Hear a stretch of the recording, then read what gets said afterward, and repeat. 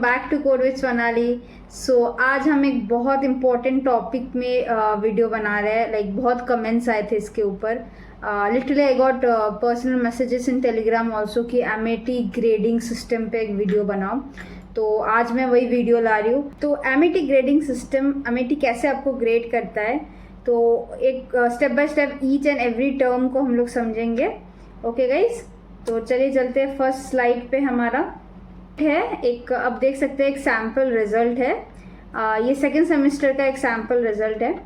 तो आपको ऊपर दिख रहा होगा जो हेडिंग है, सब्जेक्ट है, हमारा सब्जेक्ट कोड है, फिर मैक्सिमम मार्क्स है, एसोसिएट क्रेडिट यूनिट्स है, internal, interim, grade, status, grade points, credit points, and credit points.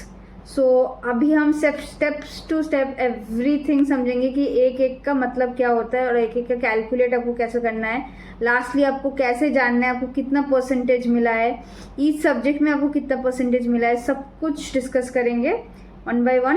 तो चलिए समझते हैं। एसोसिएट क्रेडिट यूनिट क्या है? तो this are the weight of the value assign to a course और अ सब्जेक्ट। तो आपका एक कोर्स ले लो, ह्यूमन रिसोर्स मैनेजमेंट, तो इधर आपको एसोसिएट क्रेडिट यूनिट्स 5 दिख रहा है ना, तो इसका वेटेज आपका 5 है, 5 है, बस इतना ही है और कुछ नहीं है इसमें। ठीक है,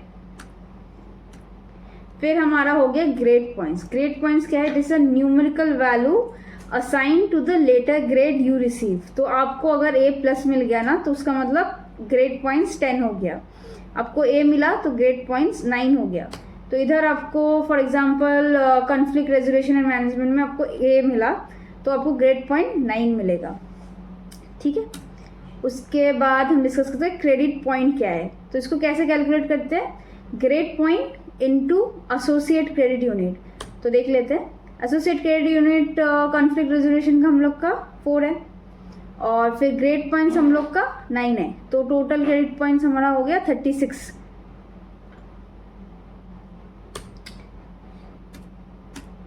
फिर हम लास्टली जाते हैं अर्न क्रेडिट पॉइंट्स। अभी अर्न क्रेडिट पॉइंट्स क्या है? This are the credit points you actually earn for passing a subject.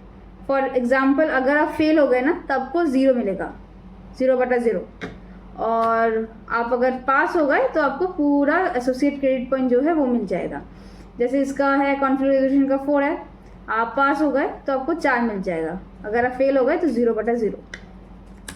ठीक है, उसके बाद हम डिस्कस करते हैं कि SGPA क्या होता है, semester grade point.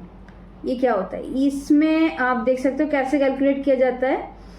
U1 G1 plus U2 G2 U3 G3। तो ये क्या होता है? U1 क्या होता है? Denote the credit associated. U1 आपका क्रेडिट एसोसिएट जो है ना 4, 5 सब सब्जेक्ट का जो वेटेज होता है वो है। और G1 क्या है? ग्रेड पॉइंट है। तो ये लोग एक्चुअली बोलना चाहते हैं कि क्रेडिट पॉइंट, जो क्रेडिट पॉइंट है ना वो, तो आप सब क्रेडिट पॉइंट का समेशन कर लो, डिवाइडेड बाय एसोसिएट क्रेडिट का समेशन कर दो और कैलकुलेट कर दो। मैं दिखाती हूँ ऐसे। तो 36, 40 ये सब समेशन का मेरा 188 आया और summation of the associate credit grade का कितना? 23 आया। इसको आप डिवाइड करोगे तो SGP कितना आएगा? तो कैलकुलेटर खोल के एक बार कैलकुलेट कर लेते हैं। तो हमारा वो आया था आपका 188 डिवाइडेड बाई 23, तो इसका 18.17। तो आपका SGPA 18.17 के आसपास आएगा। CGPA क्या होता है? एक्यूमुलेट ग्रेड पॉइंट्स का average. Okay, average of all SPGs। तो ये आपको सेमिस्टर 1 में नहीं मिलेगा, एक ईयर आपका कंप्लीट होगा उसके बाद ही आपको CGPA मिलेगा। फॉर एग्जांपल आप फर्स्ट और सेकेंड ईयर कंप्लीट करोगे ना, फिर ही आपको CGPA शो होगा। पर ईयर का होता है CGPA। ठीक है, तो आपको फॉर एग्जांपल सेमिस्टर 1 में 8 मिला, सेमिस्टर 2 में 9 मिला, तो आपको कितना होगा CGPA? एवरेज मतलब 8 + 9 डिवाइडेड बाई 2। ठीक है, ऐसे ही होगा आपका CGPA। कैसे आपको परसेंटेज कन्वर्ट करना है, तो वो कैसे करना है? तो CGPA आपको 9 या फिर 8.17 मिला है, तो उसको इंटू 10 कर देना। तो 8.7 का मतलब 87% आपका परसेंटेज हो गया। ये है आपका होल पूरा। और सब्जेक्ट का पर सब्जेक्ट का आपको वो कैसे जानना है, परसेंटेज। तो ये जो आपको ग्रेड पॉइंट मिला है ना, उसी के आसपास ही ये लोग आपको क्लियर करके नहीं बोल रहे कि पर सब्जेक्ट में आपको कितना परसेंटेज मिला है, बट आप एक आइडिया लगा सकते हो कि आपको कितना मिला है। फॉर एग्जाम्पल ग्रेड पॉइंट है ना, उसको इंटू 10 कर देना, तो क्या है 9 का मतलब 90%। तो उसके अंदर आपको इंटरनल आप पास हो गए, तो उसके अंदर 30 का आपका 70 का रहता है ये एक्सटर्नल, और 30 का रहता है आपका इंटरनल। तो 30 का तो आपको पता है आपको कितना मिला होगा, तो 70 में आपको कितना मिला होगा वो कैलकुलेट कर देना, और 90% कितना होगा वो आपको कैलकुलेट करना पड़ेगा।